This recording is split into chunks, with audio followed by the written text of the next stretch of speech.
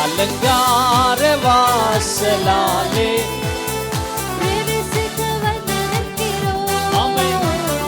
வீட்டின் நன்மையாலே நிரம்பிட வந்து நிற்கிறோம்.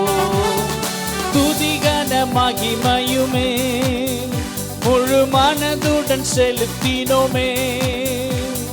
துதிகன மகிமையுமே முழு மனதுடன் செலுத்துவோமே. சம்பூரண ஆசீர்வாதங்களாம் திருப்தியாய் அனுப்பிடுமே.